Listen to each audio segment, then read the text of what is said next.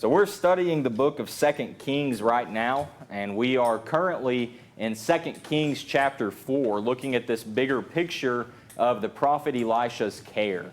Now last week we were able to start 2 Kings chapter 4, and we got through the first section of verses 1 through 7, where we looked at Elisha and the widow. Now you look at it, 2 Kings 4, 1 through 7, and really the big lesson we learn there is not to limit our faith.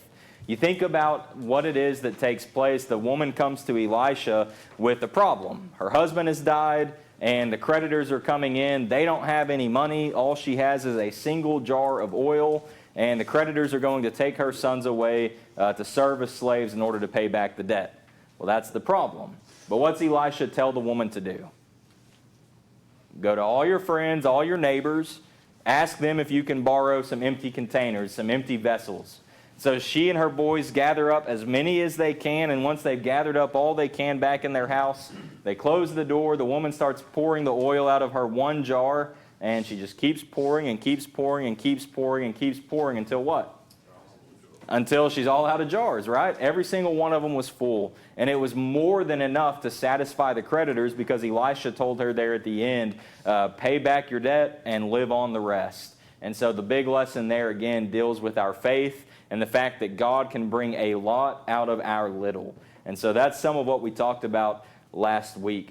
But this week we'll get into the next section in 2 Kings chapter 4, which is Elisha and the Shunammite.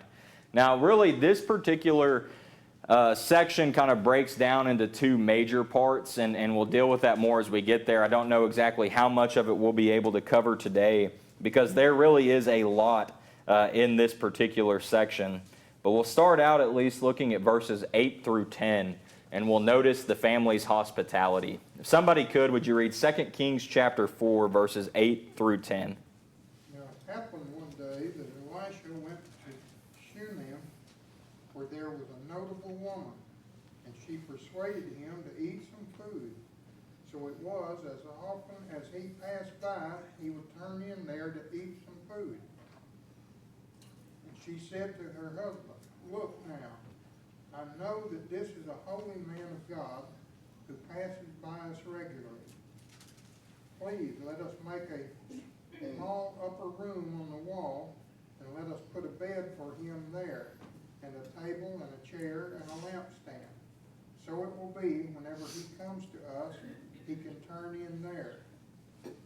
All right, and so we can see here this family's hospitality, and we'll talk, of course, about that as we move through. That's one of the major lessons to take from this particular section. But it starts out by telling us that one day Elisha went to where? To Shunem. Shunem is, you can see it there on the map, kind of north of Samaria.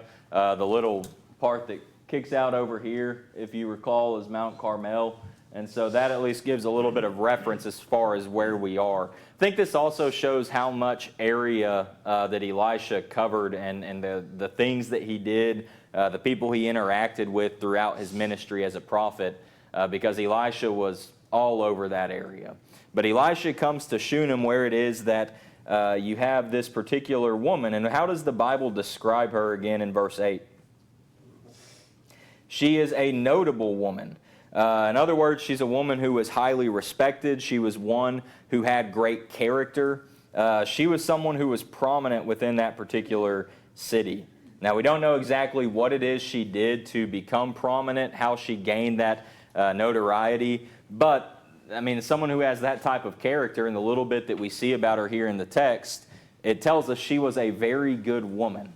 And she was somebody that the people would have appreciated and respected, and one who they'd have been looking to in that particular community. And so it says a lot about her and her family. And it's really interesting as well. I mean, you go through all of this section, and you notice more than anything it is her.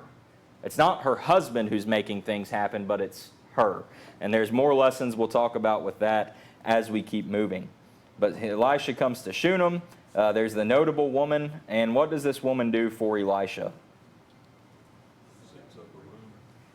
Well, before she sets up the room, she persuades him to come eat, right? She's persistent. She says, recognizes this man, recognizes Elisha, that he's the holy man of God. She encourages him to come. She provides a meal for him. But of course, as these events continue happening, because it tells us that as often as Elisha passed by, well, he would turn in there to eat some food. And I'm sure each time the woman was ready to prepare that meal for him. And then, of course, as that keeps going on, then we see how it is that now, okay, she talks to her husband, let's prepare a room. As I was looking at that verse 10 there and everything with the preparing of the room, I kept coming across differing viewpoints and thoughts on it. There were several who said, okay, well, this would have just been an empty room they already had in their home. It just needed some more furnishing. You see what she talks about. Let's make sure we have a bed in there. There's a small table. There's a lampstand. Basically, he has a place he can come do whatever he needs to do. So there are some who say, okay, this is a place that was already in the home, and they just needed to furnish it out more. There's also thought, based on the construction of the time and based on the dynamic of their family, that more than likely this actually would have been a room that had to be constructed, that this would have been like an add-on to their home. Now you think about either way, there's sacrifice involved, but especially if it is the case that this had to be add-on construction for Elisha. That requires a lot, does it not? And obviously this is not something that the woman can do on her own, and so of course she's turning to her husband. But it also tells us how it is that her husband was involved in the process. He may not have been as out front as she, but he obviously was willing to go along with what it is that she was wanting in this particular moment. That he recognized the benefit from it, and so they were willing to do what it took to construct and to furnish and prepare this particular room so that when Elisha would come through, he would have a place to stay. And that's a wonderful, wonderful thing that we see here. But within that, I think, again, just to emphasize that this is all because of the particular woman's doing. That it wasn't the husband's idea or anything like that, but you look through and see who it is that's doing the acting. Verse 8, she persuaded him to eat. Verse 9, she said to her husband. And so she's the one who's making all of this happen. And within that, I think that we see the great influence that she had over her husband. And of course, if we're honest, we recognize women, you have a great influence over men. Wives especially, great influence over your husband. And so the question I thought of that we could discuss for just a moment with this is, in what ways might a wife influence her husband for good?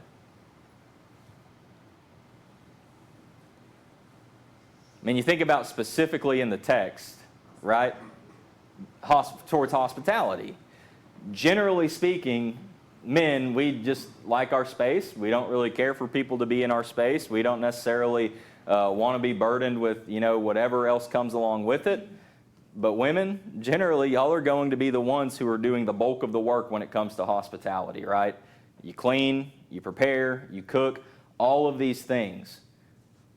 Is there not the great possibility for you to be able to influence your husband to say, no, this is something that we need to do. This is important to do. This is a good opportunity for us, and think about the study we can have when Elisha is in our home. Think about the questions we can ask. Think about all that can be possible because of this opportunity. Yes, ma'am? She says please in here to her husband, and it says she's a notable woman, but she didn't let that, even though she's obviously important in the community, she didn't let that go to her head. She still had humility and meekness with others and with her husband especially, and she's not like, we need to do this. Like, this is what we're going to do, and here's how we're going to do it. And she's asking him in a respectful way, and just, I'm sure he pays her that same respect. So just that mutual respect with one another that, even today, we need to have with one another, and you can just see that they both obviously respect one another, because this is what occurred. Right. He's considering her thoughts, she's considering his, and so just in the dynamic of our relationships today, doing those same things, and regardless of how you're seen in the community and you have these high positions or whatever, keeping your humility about yourself. Right, the humility and respect. If you didn't hear Kay just recognizing the way in which she talked to her husband, the way that she'd say please, things of that nature, how she was respectful toward him. She didn't let her notability within the community affect the way that she went about what she did, how it is she would speak with her husband, the things that would take place in the home, that she kept herself humble and there was respectability there. And I think even with that, thinking about the question, that's something that can begin to rub off on the husband as well. Many times men, we're pretty gruff and rough and not always as kind as we ought to be. But who is it in the relationship that generally is going to kind of tamper that down? It's our wives, right? There's influence there for good. And so the more it is that we can be respectful to each other, then the more that can begin to rub off. Now, I understand that sometimes it's not always the case that these things go the way that we would like for them to. Think about 1 Peter chapter 3. However, with the situation of the wife being the daughter of Sarah and the way that over time, the hope and the prayer is that pays off and rubs off on the husband. But certainly good influence there. Johnny? I was going to say from personal experience, my mother, she had to work outside the home, but she always had meals ready when we were there, at least breakfast and supper. And then she influenced my dad in the way that she would always bring me to church, or else if she had to work in a cafe, she would drop me off to sit with my granddad, her dad, and go on to work. And eventually, then my dad started coming with us, and then he was baptized, and later on became a deacon. All right, so the good influence there that spreads. But I noticed here, she asked her husband and let him do his job as a loving husband to make the final decision, but she enabled him to do his job. Right. And I believe she would have been all right, if they weren't able to prepare the room, to build it, whatever it took. Because obviously she still was able to serve in the way of just providing the meals. But she was ready to go to the next step, right, to go above and beyond. And like you recognize, and like Kay pointed out, the way she goes about it to respect her husband's position in the home and to go about that in the right way. What about just thinking, what about the way that a wife might be able to influence her husband when it comes to Bible study? Do you think that's a way that a wife might influence her husband there? That if it is the case that a husband sees the way that his wife is continually reading her Bible, studying her Bible, maybe some of the questions that she's asking of her husband and challenging him, and some deep, provoking thoughts there. Husbands, is that not something that you might think, if those things were being asked of us, that might cause us to realize we have some places we need to keep growing, that maybe we're not leading the home like we ought to in that way? Good influence there goes a long way. We could say the same as it relates to prayer, as it relates just to faith in general. I came across a particular quote that I thought would be good to share at this point. But just thinking about how it is that this woman is able to influence her husband and all that comes about because of her initiative. The quote said, "How many blessings husbands with nominal faith have received because of the dedication of their godly wives." And that's, I think, a very, very powerful quote, that many times it is unfortunately the case perhaps that we as husbands don't have the faith that we ought to have, but if our wives do, how many blessings we can receive because of that. And obviously that's not incentive for us to just slack off, but instead that should be incentive and motivation to make sure that we catch up to where our wives are. And I think that that's a good lesson we can learn even from this particular point. We'll keep moving then through 2 Kings chapter 4. And, as we see this hospitality, we can then see in the next verses 11 through 17 how it is that Elisha is going to return the favor. 2 Kings chapter 4, let's have somebody read verses 11 through 17. And it happened one day that he came there, and he turned into the upper room and lay down there. Then he said to Gehazi, his servant, "Call this Shunammite woman." When he had called her, she stood before him. And he said to him, "Say now to her, Look, you have been concerned for us with all this care. What can I do for you? Do you want me to speak on your behalf to the king or to the commander of the army?" She answered, I dwell among my own people.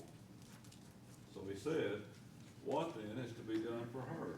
And Gehazi answered, actually, she has no son, and her husband is old. So he said, call her. When he had called her, she stood in the doorway. Then he said, about this time next year you shall embrace a son.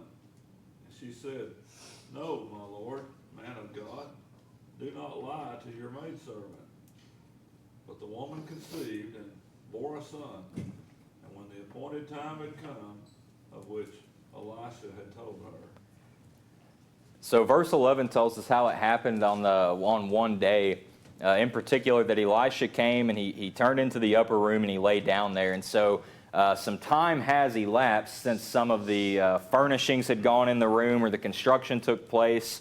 And it seems like Elisha had been there and stayed in the room and enjoyed the hospitality of that family, at least on a number of occasions at this point. He'd already shared meals with them several times before it is that they would get the room together for him. Now the room's been put together. And so at one particular time after all of this that he turns in, Elisha turns to his servant Gehazi. And this is really the first introduction, I guess, we have of Gehazi. And we're going to learn more about him and some of his character anyway as we keep moving through. But it tells us how he turned to him. And he basically just says, what can we do for this woman, right? Go and call her to us. We're going to figure out what we can do. Verse 13, how it is that he's supposed to actually say to her, you've been so concerned for us. What can we do for you? Is there anything we can do to help? And so it is the case that, as all of this goes on, he even offers to her the possibility, I can talk to the king, I can talk to the commander of the army. Is there some, special treatment, anything that can be done, some great amount of wealth that can be given, protection for you as you go, as you travel about? And what's her response in it? Right, she's content. I dwell among my own people. The thought there is I don't really need any special treatment. I mean, I'm right here where I belong. I don't need any special protection. I'm all right. I'm content. That tells us a little more about this woman's humility and probably how it is that she had the notability that she did, because she was just a humble, respectable woman. But of course, she says, I'm content. I don't really need anything like that. And so they're talking, Elisha and Gehazi now. And Elisha says, verse 14, well, what can we do for her? And Gehazi had recognized something and points out the fact, well, she has no son and her husband is old. Think back into that particular time frame, and how important was it that you had not just a child, but that you had a son? It was very important. That's how everything would get passed on. That's how the inheritance would go. Everything would go to the son. She didn't even have a child. She didn't have a son. That is pretty impressive, how it is that this woman reaches the point she does in her community, not having that legacy behind her. In fact, it was seen almost like a curse in that time frame if you did not have children. And so she and her husband evidently had at least recognized, okay, this is something that's not going to happen for us, but they did not let that stop them from doing what they needed to do good and to help and to serve others. But I think that's also why we see the reaction that she has in the following verses whenever Elisha calls her to him. And Elisha says in verse 16, about this time next year, you shall embrace a son. What Elisha is telling her is something that is just in the human mind not possible. Her husband is old. Most likely she's going to be quite a bit older as well. They're past that point of childbearing. And that's why she would say, no, my Lord. Man of God, do not lie to your maidservant. Some of the more modern versions here would say, do not deceive, do not, if I can catch up in my notes, I can tell you exactly how it says it. Yes, oh man of God, don't deceive me and get my hopes up like that. Another one would say, please man of God, don't mislead your servant. She's basically telling Elisha, you better not be joking with me. It's not necessarily that I don't believe you. We know this woman has great faith, and she recognizes he's a holy man of God. I can only imagine maybe some of the things that Elisha had told them about in his ministry, of some of the things that perhaps had taken place and happened, and how it is. Maybe he picked up the mantle after Elijah had gone up in the whirlwind, and how it is that he then struck the water and it parted in two. And you understand what I'm saying? All the time they had spent together, she knew who Elisha was. I really think her point right now is, you got to be serious with me. Don't get my hopes up like that. I mean, I can't speak from experience, but I would think that for someone who's been in that particular situation of wanting a child, hoping for a child, and then comes to the realization that it's just not a possibility, I can only imagine the feeling of emotions that would be. This woman and her husband had been through that, and again had come to a point where I'm sure that they at least recognized that it's not happening for us. But now can you believe the emotions probably that are creeping back in for them right now? That now the man of God is making this promise, and she says, you better be serious with me. And then verse 17, we find the man of God was serious about it. And so the woman conceived and bore a son, and when the appointed time had come, of which Elisha had told her. And so we see that Elisha, there's no way that he himself could have done it, but it's all because of what God did. And God certainly can do it. But I want us to think back up now to verse 8. In verse 8 through verse 17, there's a lot that goes on in this particular section, and it's really only the midpoint of the particular encounter between Elisha and the Shunammite. But we learn a lot in here about hospitality, and we've been talking about some of the points as we've gone through. But right now what I want us to do is think back up to verse 8. And let's just think about some of the principles of hospitality that we can learn in these particular verses. What do we see about hospitality here? Sacrifice at times. All right, so I'll start with Jesse and then come back to you, Candy. So, Jesse, you said she's not expecting anything in return. That's a big point here, is it not? That you recognize how it is that Elisha is giving this opportunity. I can talk to the king on your behalf. I can talk to the commander of the army. I mean, you tell me, what is it that you want? And she says, I'm fine. I don't need anything. She was not serving meals to Elisha, preparing a room in her home for him so that she could receive something in return. And you even see her reaction when Elisha says, well, this time next year, you're going to have a son in your arms. She says, don't kid with me. Don't joke with me. She was not doing these things in order to find something back in return, but of course it's a great blessing that she does, but that's not why it is that she did it. And so that's a good point to bring out with this, is that we serve, show the hospitality, expecting nothing in return. And then Candy, you had said that it takes sacrifice. How do we see the sacrifice played out here? You see sacrifice in food, right? The meals to begin with. Then you talk about sacrifice in money. Whether it was they had to actually construct the room or not, it may not have required as much money if they didn't have to construct, but they would have to get a bed in there, get a table in there, make sure there's always oil there for the lamp, right? There were plenty of things that required that money, but also what about time? What about making sure everything is clean and you just got to go through and dust? And remember, they didn't have glass panes on their windows like we do, so there's plenty of dust coming in because they live out in a desert area. Wouldn't you love to get down and clean all those baseboards? But you recognize the sacrifice that's involved in it. It sounds like there was two. I mean, it sounds like she prepared for one, but there was his servants with her. All right, so there's another good point. There's another good point. You think about Elisha and Gehazi, right? Elisha wasn't traveling alone. Eventually, I would think she probably picked up on the fact that he always had Gehazi with him, but maybe not. And like you say, you think about the room that's being prepared here. Was it just one bed? Or was she preparing two beds? Sometimes you ever do hospitality, is there ever, you prepare for something and then the day comes and it's like, okay, We'll make it work. Wasn't ready, wasn't prepared for that, but we'll smile and grin through it, right?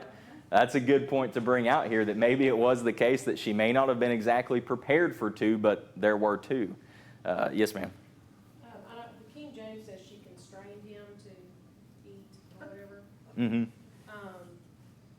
I think sometimes you have to not be pushy, but sometimes you have to convince people, I'm serious, I'd really like to help you. Mm-hmm.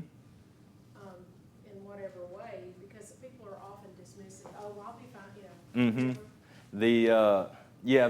The way I wrote down a thought on that was be consistent, or be persistent rather, and don't give up on the opportunity. Like you say, the King James, you said it says constrained. New King James says persuaded. And so it is that thought, though, that it was, she just was not giving up. You think about the persistent widow. That was something that came to my mind, what Jesus talks about in the New Testament, and that connects to prayer. But the persistent widow that Jesus speaks of, basically, she just doesn't take no for an answer.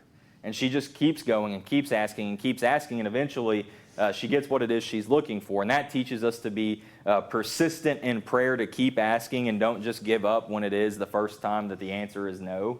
But that's a good point for hospitality. Marie, like you recognize, a lot of times we'll make the offer and we're genuine in the offer. And generally speaking, the first thing that they're going to say back to us is, I'm okay. No, that's fine. Don't worry about that. Don't put yourself out in that situation for me. And then sometimes on our end, are we not quick to say, okay, that's fine. Maybe next time, right? I tried. I did my part. Well, what's this woman do? No, you're coming to eat at our house. It's no big deal, right? There's already a roast in the crock pot. It's already there. It's already prepared. And really, it's going to be a bigger problem for us if you and Gehazi and whoever else you're traveling with don't come and eat at our house. You see the point in it? You got to be persistent in it. Don't give up. And when you said constrained, my mom was back there like straining at the neck, right? But sometimes that's what you got to do. You got to show you are serious about, I want to serve. I want you to have, I want you to be taken care of while you're here. Let me go with Robert, and I'll come back to you, Paul, and then Jared. It works. It seems to work the same way inside and outside the church. Okay, you have brethren that won't accept help, even though you know they need it, and then you have people outside the church that you try to help, and they push back on you, and I don't see any consistency in it. Mm-hmm. So, you just don't know. Right. But like you say, you've got to be persistent. And a lot of times it's I think a pride and humility thing. It's you got to swallow the pride and be humble enough to recognize, maybe I do need the help in this moment. You think about Elisha in it. He's literally just going around, and he doesn't have a dedicated place to stay. And now this woman is providing a room for him in her home. I don't know if Elisha is introverted like me. He's probably like, this is kind of a weird situation. I don't know if I want to be in that situation all that often.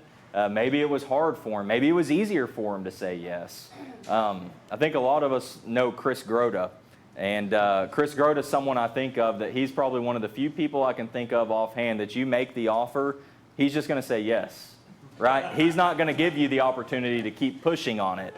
But he's one who's very persistent, right? Come to my house and have pancakes. Let's have pancake dinner, right? Let's go together and eat. Let's go get coffee. Things like that. But that's, I think, a good example to us, though, of the thought of let's do what we can to be hospitable. Do what we can to take advantage of the opportunities and to make sure that we are making the sacrifices, that we're not looking for anything in return in the moment. Let's go Paul and then Jared. People say it's better to give than receive, but to go along with that, sometimes you have to show that it is a blessing to be able to do something for somebody else. Right. To have that opportunity, to take advantage of that opportunity, because it is a blessing. And the person receiving that, whatever the gift is, or the help, or whatever the case, it's a blessing to them. And not to have to worry about that particular thing. Mm-hmm. And, and sometimes it's almost where today people don't like necessarily be hey, you're gonna do this because I said so. Mm-hmm. It's, you know, it's, if you educate, in whatever the situation, if you educate the person that you're wanting to help, that it is a true blessing, and then they see that, well, wait a minute, by accepting this offer, I'm helping the person offering it. Yes. So And it's a blessing all the way around. we have to really reframe our focus in the way we look at it, because it's times where we may well be hospitable but out of obligation. And sometimes I think that sense of obligation can be seen from the person on the other side. But Paul, to your point, if we can recognize that this is a blessing to have this opportunity, that's also going to show to the one who we're trying to serve in whatever way it is, that they see that we are excited to do this, that we want to do this, that we see it as a blessing, so that for them it's a blessing to be able to receive it. So I think that's a really good point to bring out with it, and to really challenge us to think not about this as obligation, but as a blessed opportunity that we have. And so thank you for bringing that up, Paul. And even in the, teaching people about the gospel, it's, well, if you don't do this, you're not very wise. And the alternative of not doing this is not good for you, and put it all on them that they're not very smart if they don't do what I tell you to do based upon, even if it's coming straight out of the Bible. But if you frame it in an educational way, that this, look the blessing that you can have, Mm-hmm. and show, and let it be their idea, so to speak. Mm-hmm. Like, if you tell them, do this, you're right, you do this, you're wrong. Let them contemplate on what they're reading, not because I said it, because that's what God says. Mm-hmm. And then they'll come to it to say, this is the right decision, and it's a blessing that I can take advantage of. Right. Yeah, and that's a really good thought to bring out with it as well, just connecting it like that with our Bible study and just the way we go about it. The way we talk to others makes a difference, and our attitude in it makes a big difference as well. Jared? It's more of a kind of question, just looking at the section as a whole. It's mentioned that the husband is old. We know even in that time frame, it was quite often that the husband would be much older Mm-hmm. than the wife. And I was just wondering if, it could be that she's still a little bit decently younger, in comparison to him. And maybe he's to a point where he's at the age of old in the sense of becoming weak and not able to provide. And, they're asking, okay, would you like to speak with the king? Would you like to speak with the commander of the army? They feel a sense of she's going to need some help along the way. And then maybe the son is, okay, well, you're at a point in your life where once your son reaches an age of young adult, he's going to be able to provide for you. Looking at it in the sense, maybe this husband's not going to be there much longer. Mm-hmm. Even the communication that goes between them and her rather than them and him. Yes. It seems like maybe there's something to that. Right, and that could well be just thinking about, what can we do to make sure that you're taken care of. And, it's in the next little part of this that we'll get into, we'll see how it is that her husband at least would be out in the fields working. So he still at least was at a point right now, but like you say, where is it going to be in 10 years and 15 years? She needed, some way to make sure she's going to be taken care of. They had, some means about them to be able to at least have the extra room or to construct and add on to provide for Elisha in that way. But I think it still at least shows some faith even in her. If that is the case, we can make sure you're set up and taken care of. And her, her mindset, I'm okay, right? I don't need to worry about that because I'm just fine where I am right now and right here. And so that's a good thought even to bring out from it and to see. Let's go, Johnny, and then I had a couple more points I was going to try to draw from this as well. Also, we were talking about, sometimes people offer help and we kind of want to turn it down. Oh, I can handle this myself. Might take a little longer, but I can get it done. But what we're not considering is that this might be the opportunity that they have to follow God's command to help their brother and sister or help their neighbors, and we could be encroaching on their blessing. Yeah, That's I've heard it said before in the thought of don't cheat your brother or your sister out of their opportunity, right? Out of their blessing, because it is again more blessed to give than to receive. And so, like you say, if it is the case, we're in a situation like Elisha, but we say, no, I don't need that. I don't need the help. I don't need anything like that. Well, we're, cheating and stealing away the blessing from that brother or sister who's trying to help in that way. And back to Paul's point, even for us, if we're in the situation and opportunity to help, to recognize this is a blessing for us just as much as it is for them. And probably if we've ever had opportunity to show hospitality and serve in some way, and I think it's important to bring out in this that hospitality is not just somebody staying at your house. That's part of it, but there's more to it than that. But if we've ever had the opportunity to show some hospitality, we've probably come away feeling much more fulfilled and blessed and satisfied by the opportunity, perhaps even more so than the other individual. And it's interesting how that comes about, and I would say it's interesting because I think that it's all because of God, right? The way that happens. One more thing, Johnny, and then I'll hit these last points here. We are able to help somebody. That means God has blessed us with the means to do it. Mm-hmm. And so, Yeah, I think if you have opportunity, you can go, and we're not going to get into it right now, but 2 Corinthians 8 and 2 Corinthians 9, you look at those chapters in context, and I think there's something that's being said there about how it is that God blesses us so that we can bless others. And there's, I think, a lot of good principle in that to help our mindset toward giving in general. But like I say, that's another lesson, another time. You can go and look at that on your own time. But 2 Kings 4, looking here at hospitality, y'all had really hit a lot of these things that I had noted, at least as it relates to principles we can learn. One thing, going back up to verse 8, and Marie, you hit on this, is that we need to be persistent and not give up when we have the opportunity to serve. Notice how it is that she persuaded, or the King James, she constrained him. The latter part of verse 8, let's make sure that we are consistent in our hospitality. Last part of verse 8, so it was as often as he passed by, he would turn in there to eat some food. Elisha just came to realize if he's coming to Shunem, he knows where he's eating. He knows exactly where it is that he's staying, and that's a wonderful relationship that had been formed there.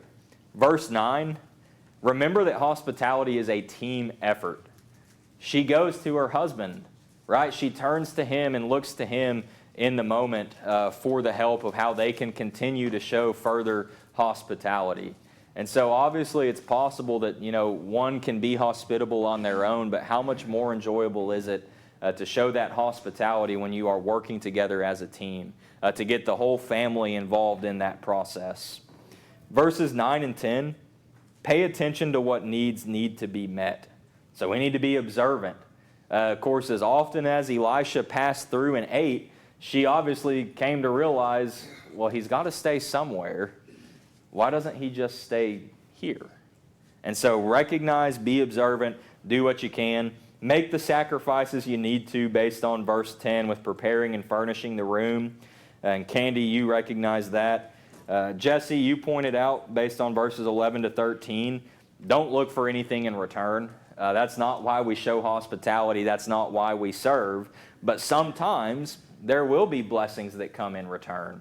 And that's, I think, a lesson based on verses 14 to 17, that we can stay amazed at how God will provide and bless when it is that we are faithful to him. And so that's, I think, another lesson we can learn as it relates to this hospitality. One last thing here. We're not going to be able to get into the next part of it, but this is something else I came across related to this thought on hospitality. It says, in this day of motels and hotels, hospitality to God's people, and especially God's servants, is becoming a neglected ministry and a lost blessing. Yet one of the qualifications for an elder is given to hospitality. 1 Timothy 3, verse 2, and Titus chapter 1 and verse 8. Hebrews chapter 13 and verse 2 exhorts all believers to practice this virtue. And Hebrews 13:2 is where it talks about making sure that we basically take care of others, and that's the verse that talks about that you never know, you may entertain angels unaware. We've talked about that in the past. It has been a little while, but basically thinking back to Abraham in Genesis 18, that he didn't realize when he began to serve that there were the angels there. And so there was the thought that you never know who you might end up be serving. And that's really what that thought means in Hebrews 13:2. But then the last thing the particular quote said was that we should open our hearts and homes to others and not complain about it. And 1 Peter 4 and verse 9 is referenced there. And we'll just turn and let's look at 1 Peter 4 and verse 9, and then we'll be done for class. 1 Peter chapter 4 and verse 9. And what 1 Peter 4 and verse 9 says is, be hospitable to one another without grumbling. And so you wouldn't think 2 Kings chapter 4 is one of the best places to go to learn about hospitality. But maybe after this morning, the next time we think about hospitality, we'll think about this woman there in Shunem. And so we'll go ahead and finish there for this morning. And Lord willing, next week, we'll look at the end of this particular narrative with Elisha and the Shunammite at the distressing situation that comes about. So thank you all for y'all's attention, y'all's comments this morning.